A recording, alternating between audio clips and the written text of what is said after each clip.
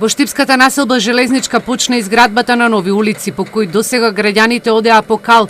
Екипите на јавното предпријатие Стипион од денеска работат на тампонирање на крак на улица во населбата Железничка. Овде имаме доста улици кои што се уште со земјена подлога и се доста неповолни за движење на граѓаните во неповолни временски услови. Така што започнавме да работиме на еден крак кој што е со 700 метри квадратни димензија и 170 метри должина. Овој крак ќе биде изработен од јавното предпријатие Стипион до фаза на тампонирање. Неговата вредност е 275.000 денари. Бочварски најави дека по завршувањето на оваа улица екипите ќе почнат со градежни работи на уште една поголема улица во населбата.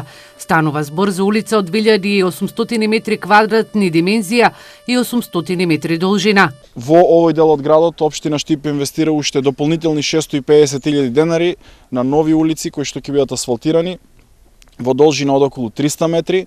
Тие ќе започнат во наредниот период. И доколку ја земеме го земеме пристапниот тротоар кој што ќе се работи на самиот влез во градот од железничката станица од кружниот тек кон кампус 4.